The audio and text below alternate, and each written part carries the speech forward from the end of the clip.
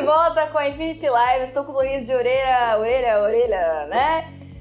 Vou dizer por quê, mas a partir de agora vai ao ar toda quinta-feira às 19 horas aqui no canal da Infinity Pay, essa live maravilhosa, então já se inscreve no canal e ativa o sininho para não perder nada, nenhuma edição. E agora é o momento, né? Será que eu viro? Será que vocês viram ele aqui, né? A gente convidou uma pessoa super especial, ele chegou aqui, eu ganhei até uma canequinha. Eu tô muito feliz, cara. Eu tenho certeza que tem muito pra compartilhar com a gente, inspirar a gente nessa entrevista. A gente tá aqui com Eduardo Badaró. Seja muito bem-vindo. Ele é sócio e fundador do Gato Griot, juntamente com seu marido Cássio, que está ali do lado de fora. Cássio, grande abraço. Sejam muito bem-vindos, Eduardo, Cássio. Fiquem à vontade aí. Tô muito feliz que você tá aqui. Cara, eu tô muito feliz. Muito feliz mesmo. Eu tô muito grato por esse convite. E assim, as pessoas que eu conversei antes, né? Eles não deixaram a gente se apresentar antes, falaram, não, você precisa conhecer ela na hora. Sim, você vai ver que é um horror. Não, imagina. E que sensacional. Que tô me sentindo já muito em casa, muito à vontade. Todo mundo é muito sensacional. Ai, que bom. Tô muito feliz que você tá aqui. Vou apresentar então rapidinho, eu tenho um texto ali pra mim. O Gato Griot, e aí a gente vai conversando.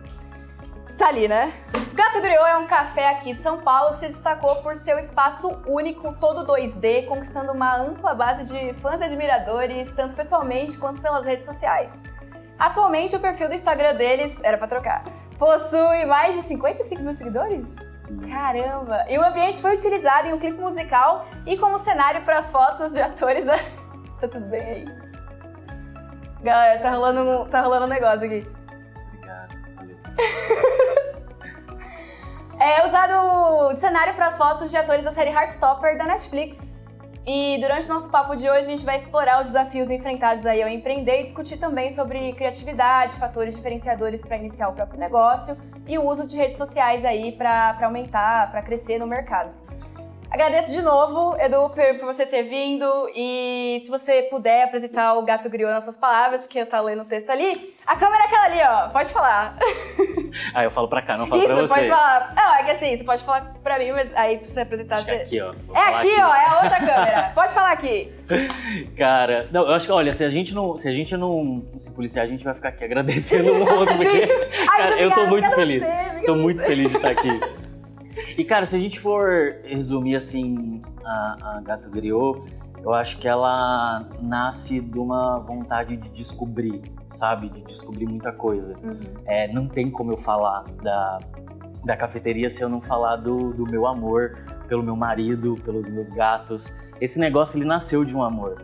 Então, a gente sempre quis transformar um espaço muito acolhedor, um espaço muito diferente de tudo que as pessoas tinham visto, e a gente acabou encontrando no 2D, né, nesse estilo, nessa temática 2D, o que a gente, de fato, assim, entendeu que fazia sentido pra gente. No começo, não era para ser uma cafeteria 2D. No começo, assim, como a gente é bastante gateiro, a gente tem 6 gatos, muito gato lá em casa.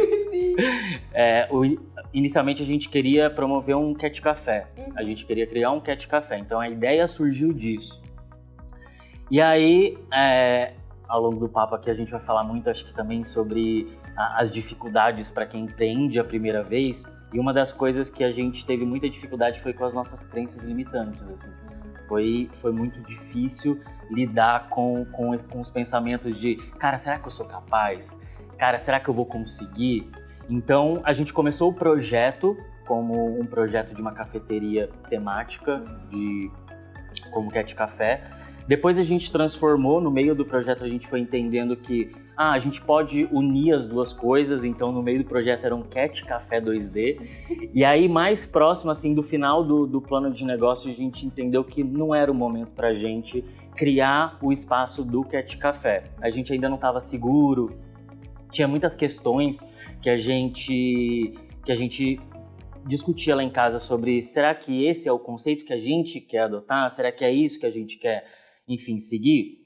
Então vamos começar só pelo estilo 2D, pela temática 2D. A ideia, inclusive, era depois transformar num Cat Café. Então a gente tinha um plano uma segunda parte do projeto.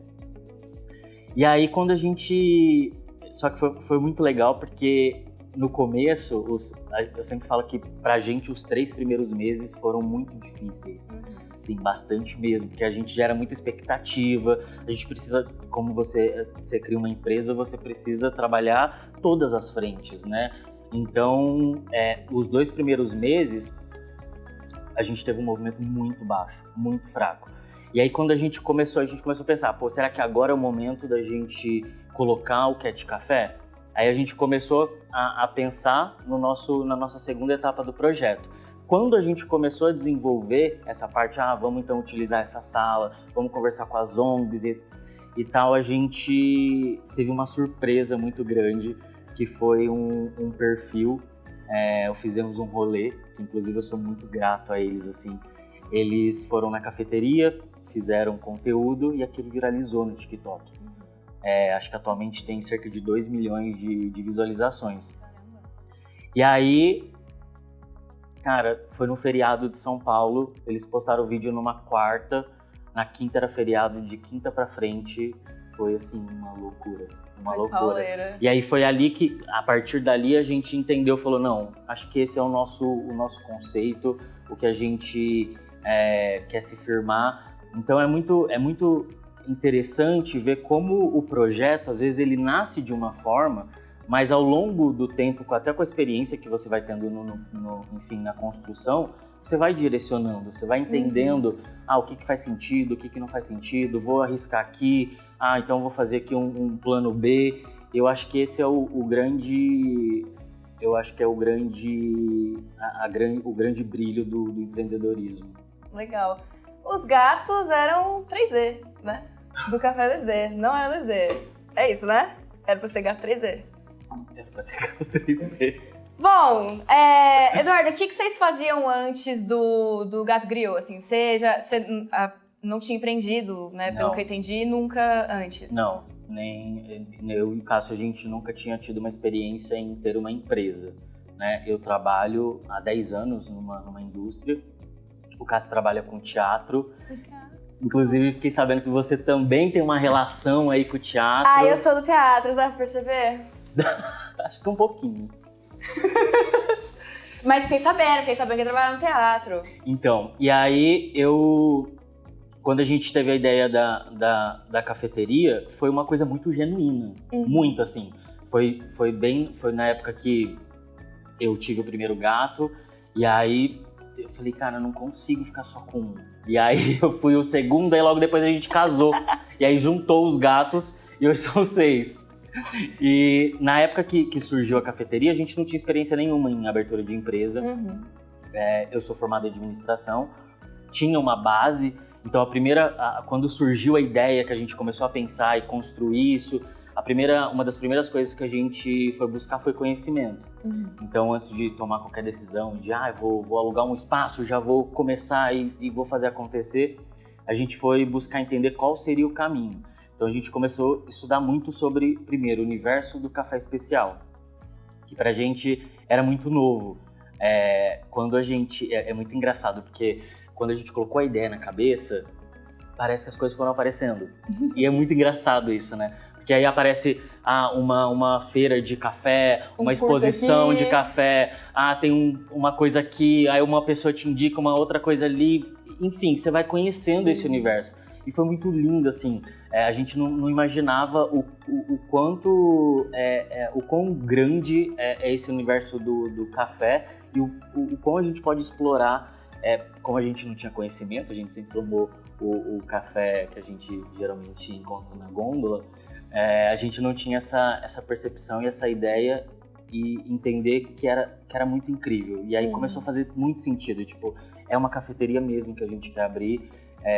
A gente sempre apostou na temática como uma forma de chamar as pessoas, de atrair as pessoas, mas a gente sempre quis que tivesse qualidade no que a gente fosse servir. Então, quando a gente fala que a gente é uma cafeteria de café especial, é porque realmente a gente serve café especial, a gente vive esse universo e a gente gosta de conectar tudo. E meio que desconstruir também uma imagem de que um lugar temático não pode ser bom ou não pode oferecer um encantamento, uma coisa, enfim, sensações, né? Então, mais ou menos isso. Quando a gente começou, a gente não tinha ideia mesmo, e foi na base do conhecimento. Então a gente também comprou um curso de como abrir uma cafeteria para entender quais seriam, porque as primeiras dúvidas, eu acho que elas norteiam muito como vai ser o projeto. Então eu conheci muita gente ao longo desse processo que quando teve uma ideia foi e alugou um espaço. E a gente, pelo menos, não é acho que o caminho adequado. A gente precisa estudar bastante. Quando a gente abriu a cafeteria, a gente tinha muita coisa para conhecer, muita coisa para descobrir, mas a gente teve uma base, uma estrutura. Então a gente desenvolveu mesmo o plano de negócio e sempre com aquilo que a gente podia fazer, sabe? Sempre foi... Eu falo que no começo do projeto foi muito genuíno, porque a gente sonhava com muitas coisas, assim. E aí você vai colocando no papel, e aí quando você vai entender, você vai no mundo real, as coisas começam a... Fica mais apertado. Fica mais difícil. Então, como a gente tinha feito um plano de quais etapas a gente vai seguir, desenvolver o conceito, ter certeza naquilo que a gente queria proporcionar, começamos a buscar qual que era o nosso público-alvo, quem que a gente iria atingir, localização. A gente tem até uma questão um pouco contraditória, né? Porque uma cafeteria, geralmente, ela está numa grande avenida ou num espaço onde movimenta muita gente. E a gente foi ao contrário disso justamente por todo o conceito que a gente queria trazer. Quando a gente encontrou a vila, cara, foi uma coisa muito incrível. Eu não sei se você já chegou aí lá na vila. Não fui, mas eu descobri recentemente que ela foi tombada pelo Compresp. É um lugar bem, tipo, as casinhas de tijolinho, Sim, tudo bonitinho. Sim, tem uma história lá. E quando a gente encontrou essa vila, a gente, conectou as coisas e falou, é isso que a gente quer proporcionar. As pessoas entram naquela vila, elas não acreditam que elas estão dentro de São Paulo. Sabe, no meio da Avenida da Consolação, da Rua da Consolação e da Avenida Angélica, que são extremamente movimentadas, barulhentas. Então fez muito sentido para ali, e na época a gente falou, cara, a gente tá indo na contramão. Mas era um sentimento tão de que o negócio daria certo e que as pessoas viriam atraídas pela temática do local, que a gente decidiu correr o risco. E ainda bem que a gente correu o risco. É muito engraçado porque a gente vê que realmente tem uma tendência de você ver lugares que são, tipo, instagramáveis, mas que às vezes, né, tipo, não tem, sei lá, bebida estranha, a comida esquisita. Então eu acho muito, muito foda essa preocupação de vocês, tipo, com o espaço e com o que vocês estão servindo lá, o serviço e os produtos e tudo. E sabe o que é mais interessante? Eu acho que é como você também compreende o seu negócio. A gente tem uma estrutura que ela é pequena, pelo tamanho que a gente acabou se tornando. Então, o nosso cardápio no início era muito enxuto, mas a gente sempre falou, o que a gente for oferecer vai ser sempre de muita qualidade.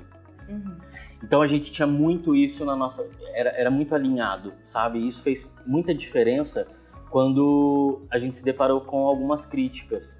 Então, você entender que o seu negócio está numa ascensão, numa jornada, e que naquele momento é o que você pode oferecer, mas você quer oferecer da melhor maneira possível, eu acho que também ajuda nessa construção, porque quando a cafeteria viralizou, cara, foi muito difícil lidar com tudo aquilo. Era muita gente. A gente chegou a ter 3 horas de fila. Caramba. E era assim, era impressionante. Ao mesmo tempo que a gente estava muito feliz, a gente estava muito preocupado. Porque, eu não gosto de ficar em fila de espera. Eu não queria que as pessoas ficassem esperando. E acho que até criando mais expectativa. Porque quanto mais você espera... Então, no começo, quando a gente lidou com algumas críticas nesse sentido de que nosso cardápio tinha que ter mais opções, cara, a gente absorveu muito bem, porque a gente falou, realmente é o que a gente pode fazer nesse momento, mas sempre olhando o que os nossos clientes estavam pedindo. Então, ao longo dessa jornada de 1 ano e meio aí, a gente teve muita transformação ouvindo o nosso cliente. Então, ouvindo através das avaliações do Google, tem muita gente legal que chama a gente no direct, que dá sugestão, que dá toque. E aí a gente vai reunindo tudo e entendendo o que é um caso pontual ou o que realmente as pessoas estão pedindo.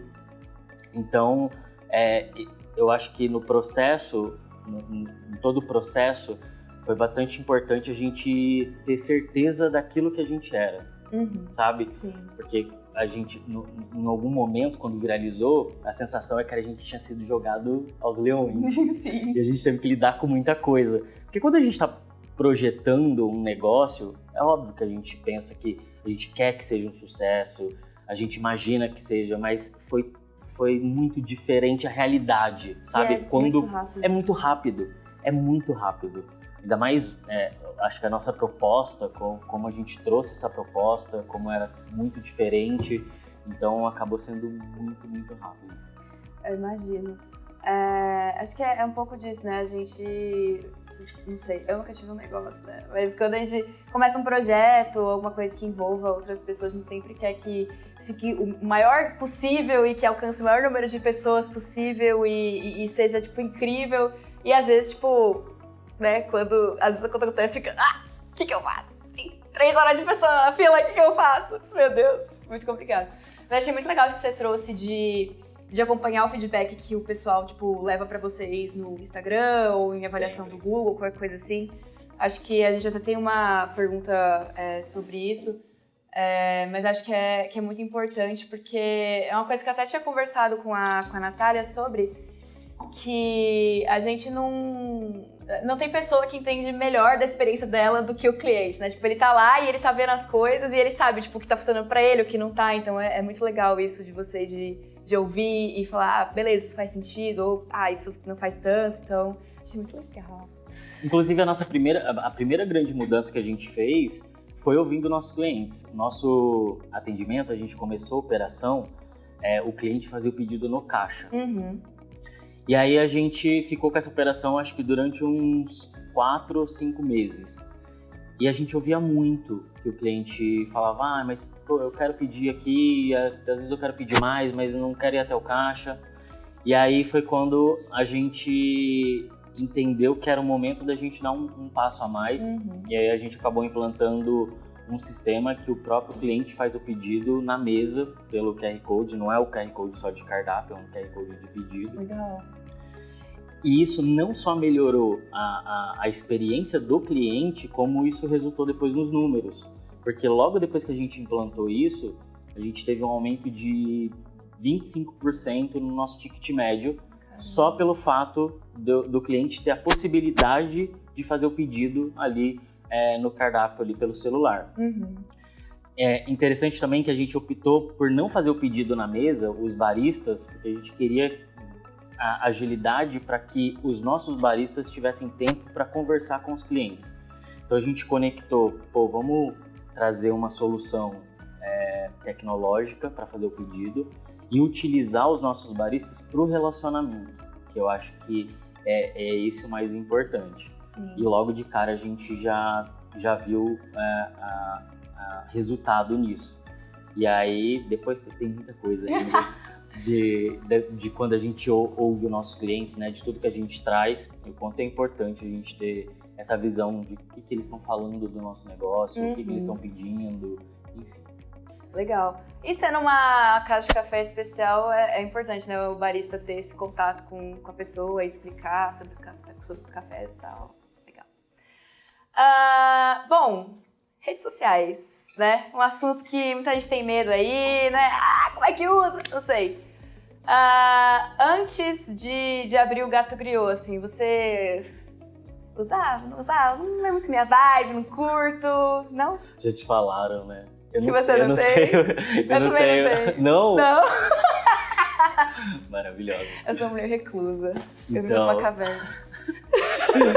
Eu não tenho rede social, não tenho mais rede social minha, né? Eu uso E eu sou muito atento às coisas que acontecem. Eu utilizo muito, eu consumo muito YouTube e TikTok. No caso, no perfil da cafeteria.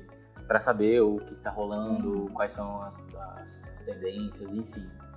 Mas, pessoalmente, eu não tenho rede social. A última rede social que eu tinha era o LinkedIn, que eu desativei recentemente, porque também não movimentava, não fazia sentido. Mas não sou uma pessoa muito conectada. E o Cássio também não. Ele tem, acho que, um Instagram, mas ele também não movimenta muito, não. Duas reclusos, né? Vem aqui, nós aqui no mundinho e só acompanhando e aí a gente vai e faz o quê? Cria um lugar pra rede social. Que precisa chamar a gente pela rede social. Eu sei que você não tem Instagram nem conta pessoal, mas vocês têm bastante seguidores no Instagram da cafeteria. 55 mil, né? E vários influencers postaram vídeos sobre a cafeteria, foto, enfim, né? Divulgaram. E eu queria entender um pouco, tipo, foi sempre assim? Você falou que nos primeiros 3 meses foi bastante difícil, tipo, dos clientes e tal, tipo, de conquistar o público. Como que foi esse processo pra vocês pelas redes sociais? Então, a gente, claramente, o nosso ponto fraco é rede social, pensando na nossa vida pessoal, né? Mas isso não foi um problema pra gente. Assim, a gente aprende muito, muito, muito. E hoje você tem muitas soluções em empresas que te ajudam a fazer o gerenciamento. Né? Eu sempre falo que quando a gente foi abrir a cafeteria, acho que faltou um pouco o autoconhecimento, mas foi importante a gente entender qual que era a habilidade de cada um. Então, e a gente entendeu que a gente não tinha habilidade para todas as áreas. E eu acho que faz parte. Sim. Então, a gente tinha lá o nosso plano, fizemos com o que a gente conseguiu fazer dentro das nossas possibilidades. E aí, quando veio a abertura, enfim, veio a realidade, foi quando a gente entendeu que a gente precisava ser mais forte na rede social. E a gente não tinha, como a gente não tinha muito conhecimento nessa área, foi uma coisa meio instintiva, assim. Eu lembro que no segundo final de semana, a gente estava muito desesperado. Precisa acontecer, o lugar é muito incrível, exatamente. E eu lembro de, num domingo, tá lá na cafeteria, abri o Instagram pelo computador, e eu comecei a procurar diversos perfis pequenos. Eu e o Cássio, a gente se reuniu e falou, cara, a gente não tinha muito jeito de chegar nas pessoas, de perguntar, não sabia o que era Media Kit, todas essas, sabe? Isso que a gente hoje já entende, já sabe desenvolver uma conversa. Antes a gente não tinha, então a gente sentia muita dificuldade em chegar nos perfis grandes.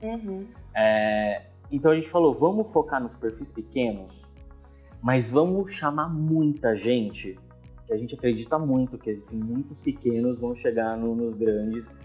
E foi o que aconteceu. A gente começou a buscar perfis que faziam sentido na região, perfis de visita à cafeteria, de passeios, enfim. E a gente começou a mandar mensagem e convidá-los para conhecer o espaço. Algumas pessoas foram, dessas pessoas outras vieram através dessa. Inclusive, quando fizemos um rolê foi num esquema desse. Eles viram em algum outro perfil e acabou mandando mensagem pra gente e indo lá fazer conteúdo. E foi uma estratégia que deu muito certo. E aí depois vieram todas os outros veículos de comunicação, tanto internet, quanto revista, quanto televisão. Então foi bem legal.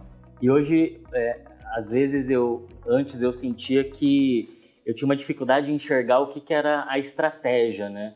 E eu acho que muita gente se pega nisso, assim, principalmente quando a gente abre um negócio pequeno.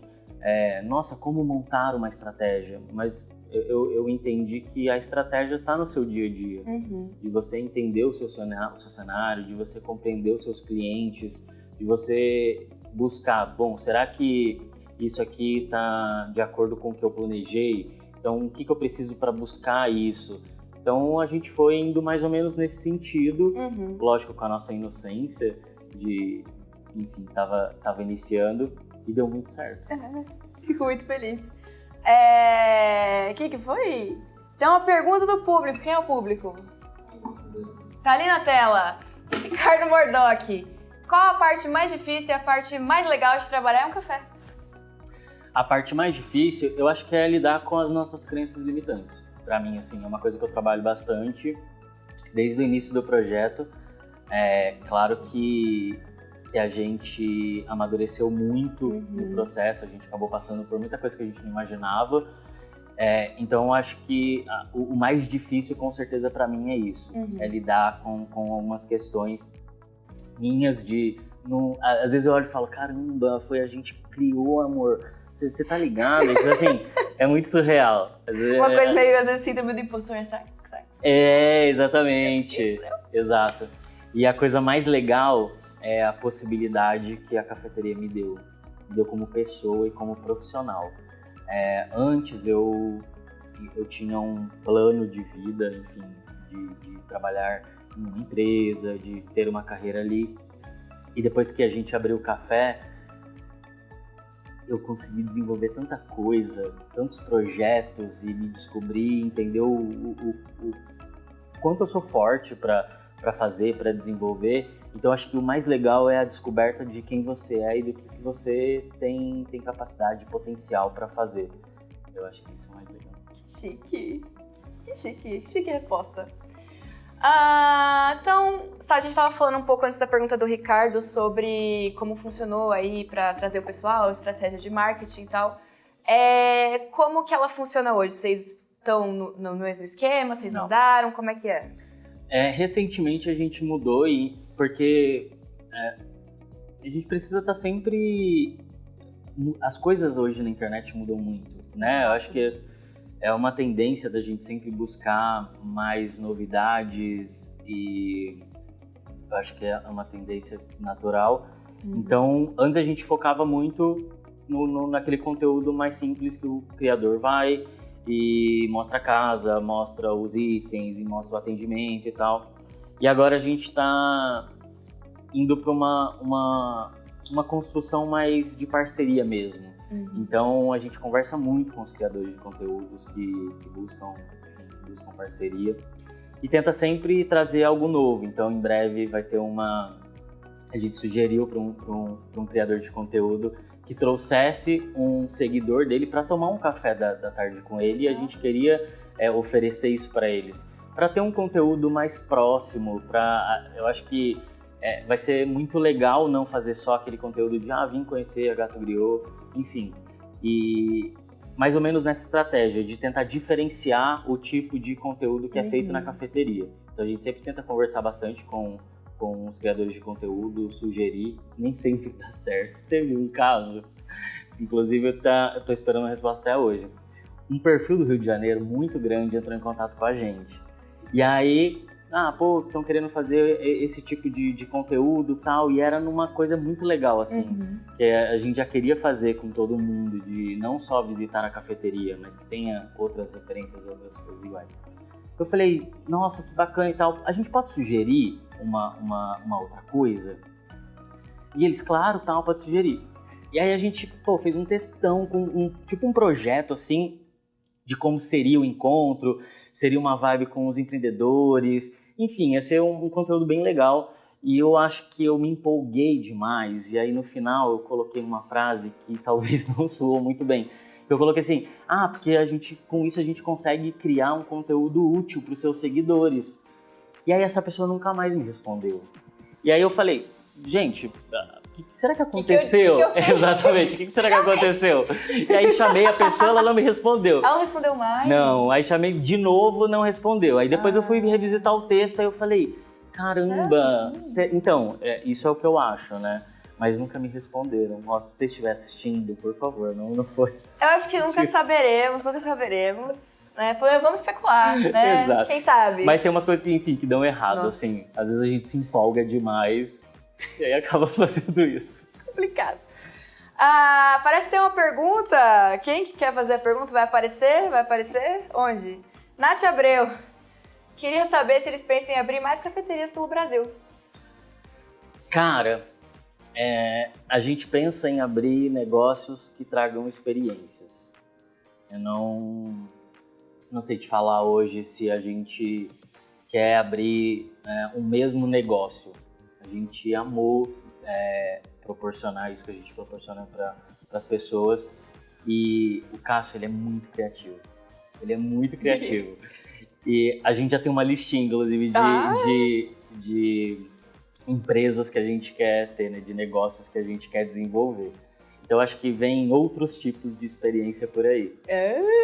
Aguardem! Novidades em breve. Tá respondido, né? Tá respondido. E agora, curiosidade, né? Mata uma curiosidade. Meu Deus, passaram muito rápido o texto. Socorro! Teve o clipe lá na Gato Griot e teve o Heartstopper também. Sim. Tem a foto do Heartstopper aí. Eu, pessoalmente, nunca assisti. Oh! Cara, e essa foto rodou o mundo no Twitter. Foi louco. Cara, é uma linda foto, uma linda foto. E aí a pergunta que é como ter uma experiência global no café, porque pô, os caras da Netflix, uma série gringa, vem pra cá, e o outro quer gravar um clipe, não sei o quê, e, tipo, como é que é pra vocês, assim, como é que vocês lidam, é legal, é difícil, é esquisito? Cara, é muito legal, começando pelo clipe, né, a Karen já trabalhou com o Cássio no teatro, eles já se conheciam, e aí o Cássio contou pra ela que estava abrindo uma cafeteria, enfim. E aí passou um tempo, ela estava desenvolvendo uma música dela, e ela lembrou da cafeteria e falou, cara, tem tudo a ver com o projeto que eu quero, enfim. E aí começou uma parceria assim, e foi muito lindo, assim, conhecer ela. Eu não conhecia ela pessoalmente, e uma querida, assim, foi muito legal, e foi muito legal ver o resultado. Foi muito da hora. Foi, acho que, a primeira vez que a gente teve uma noção, sabe, do espaço, assim, porque foi bem no começo que ela gravou. Então, foi bem legal, tanto pela ação, mas também pela pessoa, sabe, por conhecer, por se conectar. Sim. Daí saíram outras coisas, outras parcerias, então foi bastante legal, a gente ficou bastante feliz. E o do Heartstopper foi uma surpresa pra gente. Né? O pessoal do Heartstopper ali, eu preciso dizer mais alguma coisa? Eu acho que eu não preciso dizer mais nada, não é mesmo? Cara, a gente recebeu... Tinha a época da CCXP, né? Foi nessa época que a Netflix entrou em contato com a gente e aí falou que ia ter, enfim, esse já era um script, né? Então eles ficaram lá pouco tempo. Mas era uma coisa que a gente não acreditava, tá ligado? Era tipo assim, não faz sentido. O que tá acontecendo? Aí a gente olha a Netflix seguindo a gente. Assim, pode não parecer muita coisa, mas pra gente que começou muito pequeno, é muito surreal. Netflix não para de seguir a gente, viu? Por favor, continue seguindo. Mas é isso. E foi muito louco. No dia a gente não tava na cafeteria. Não. Você acredita? Não acredito, achei que você estava. Não, a gente não estava na cafeteria. A gente tinha um outro compromisso, a gente não podia estar lá. Mas foi bem legal ver a repercussão e as pessoas indo lá reproduzir a foto. Cara, foi muito sensacional. Circulou muito mesmo, cara. Estourou bolhas aí de vários grupos de amigos que eu tenho. Eu achei muito fofo, assim, muito foda. E é muito também curioso, porque, de novo, né, a gente começa um negócio e aí a gente quer que fique, quero que todo mundo veja, eu quero que apareça em todos os lugares, e aí quando aparece fica... Exatamente. Sou eu? É desse jeito. É isso mesmo? E é isso mesmo. Dá uma bugada. Eu lembro que quando a gente viralizou naquela quinta-feira, que começou a vir muita gente, a gente não estava preparado para isso. A gente não tinha estoque para isso. E aí foi acabou quinta, tudo. Sexta e sábado, o nosso estoque acabou. E assim, a gente tinha o café, mas a gente não tinha mais nada. E aí foi muito desesperador, porque a gente falou, cara, o que a gente vai fazer agora? E aí eu lembro que a gente sentou no final do expediente e a gente falou, cara, o que a gente faz? E na época a gente tomou uma decisão que foi, a gente não dá para abrir no domingo, não dá para abrir amanhã. Porque a gente não quer construir algo que as pessoas venham aqui para tirar a foto, apenas para isso. Então, a gente queria ter coisas para servir. Então, a gente entendeu que ali foi enfim, foi uma falha que aconteceu e que a gente, naquele momento, a gente decidiu não abrir no domingo. Nesse dia a gente conversou com todos os fornecedores, tentou adiantar o máximo para chegar na segunda. E aí a gente começou a entender melhor o movimento para planejar melhor as compras. Hoje, claro que isso não aconteceria, a gente também não tomaria essa decisão. Hoje a gente tem muitos processos muito bem definidos e muito alinhados também com a nossa equipe. Cara, a nossa equipe é muito sensacional, é muito legal, assim, a gente está com uma equipe bem legal, que tem muita troca, e isso é muito massa, assim. Legal. Então, mas enfim, são situações que acontecem. Acontece. Todo mundo pode bater e pode passar por isso, né? Tem um negócio, pode acontecer um negócio desse. Tamo aí então agora com o bate-bola. É isso? Bate-bola. Tá apagado o negócio ali. Primeira pergunta. A gente sabe que todo empreendedor comete erros, afinal é assim que a gente aprende, né? Então, qual que você acha que foi o maior erro que vocês cometeram aí na hora de empreender? Eu acho que é muito complicado falar isso, porque erro a gente tem todos os dias, sabe? Uma decisão errada que a gente toma, ou às vezes um planejamento que a gente não fez corretamente. Mas eu acho que isso fica muito pequeno perto daquilo que eu te falei das crenças limitantes. Hoje, a visão que eu tenho, acho que a maturidade que eu tenho de enxergar quais são os meus limites, quais são os desafios, quais são os limites do Cássio, eu acho que isso foi o que mais doeu, assim, sabe? Acho que a gente não acreditar que a gente era capaz de fazer um negócio. Acho que esse foi o ponto mais crítico pra gente. Acho que foi um erro, porque chegou um determinado momento que o medo paralisou. E aí isso é muito ruim. Então, assim, a gente tem muita sorte de ter um ou outro. A gente sempre fala que quando um surta, o outro não pode surtar. E é muito assim, sabe? Então um segura a bola do outro muito... Não, ele fez, putz, não deu, né? Fez um trocadilho aí. Mas a gente segura muito bem as coisas. Mas eu acho que se eu tivesse essa consciência hoje, acho que para um segundo projeto vai ser muito melhor. Vai ser muito mais leve, vai ser muito mais fácil de fazer. Sim. Boa resposta. Tem erro e tem acerto também, né? Então, fala aí qual foi o creme do creme, assim, o acerto do acerto pro seu negócio. Eu acho que acreditar no conceito. É incrível. Enquanto algumas pessoas falavam que não daria certo no lugar que a gente estava, que aqui no Brasil jamais as pessoas gostariam disso, que, enfim, a gente ouviu coisas desse nível, a gente acreditou que, sim, ia dar certo. A gente, todo mundo gosta de se surpreender, todo mundo gosta de se encantar. Então, eu acho que o que deu muito certo foi a gente seguir a nossa ideia, porque, obviamente, tem momentos que você coloca em dúvida, e ali você mexe com, todo o seu dinheiro que você guardou ali, a gente juntou tudo que tinha, que não tinha. Então, vem alguns questionamentos. Mas acho que a coisa mais certa foi o que a gente seguiu com o que a gente sonhava. Que legal.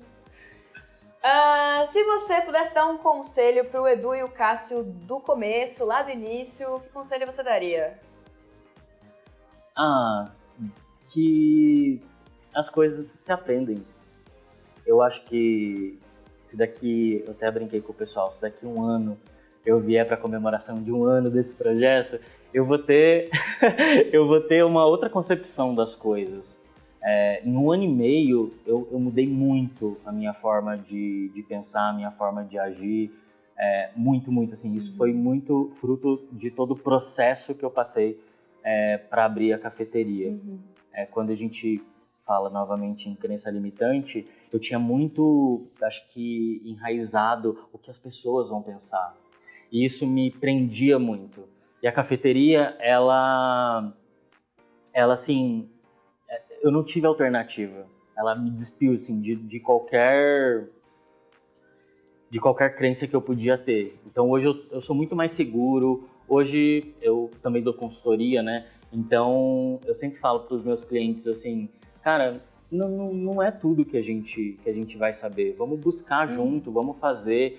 Então acho que é isso que eu diria, que faz com calma, faz com positividade e com muita responsabilidade de planejar, de você compreender quais são, qual que é o seu limite, o que você é melhor, o que você não é melhor. Eu acho que com todos esses aspectos você consegue construir uma coisa bem legal, bem legal. Legal.